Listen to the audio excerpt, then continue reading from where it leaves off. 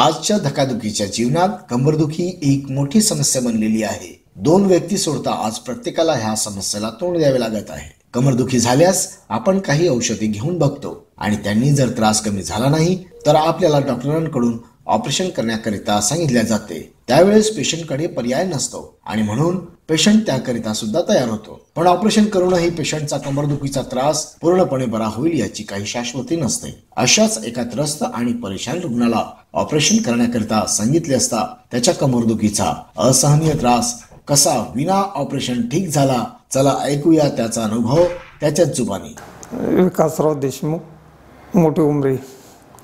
मला कमरेचा गॅप होता, कारण की डॉक्टरांनी सांगितलं की मणक्यात गॅप आहे। तशी मी 3-3.5 वर्ष ॲलोपॅथिकची औषधी घेतली, त्याच्यापासून काहीच फरक पडला नाही। औषधी घेतली तर 2-3 दिवस आराम पडायचा, पुन्हा जसाच्या तसा त्रास सुरू। एक आठवड्याची औषधी कमीत कमी 2200-2300 रुपयाची औषधी व्हायची।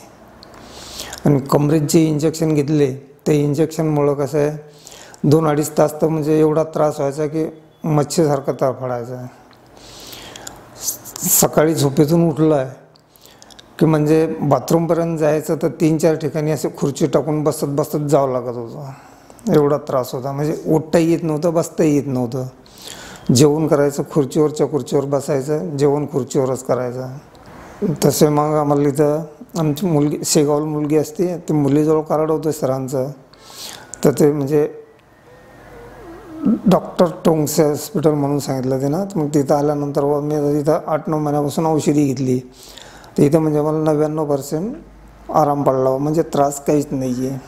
तुम्हाला जर कमरेचा, मानेचा, गुडघ्याचा त्रास असेल आणि तुम्ही जर औषध खाऊन परेशान त्रस्त झाले असाल तर एकदा होमिओपॅथी नक्की घ्या। तुम्ही सुद्धा वेदनायुक्त तसेच महागडे ऑपरेशन टाळू शकता आणि पूर्णपणे बरे होऊ शकता। डॉक्टर टोंगसे, अकोला, महाराष्ट्र यांच्याकडे रोज बरेचसे पेशंट विना ऑपरेशन स्वस्थ होतात। त्यासाठी सगळ्यात उत्तम अशी होमिओपॅथीची औषध उपचार प्रणाली डॉक्टर टोंगसे यांनी तयार केलेली आहे।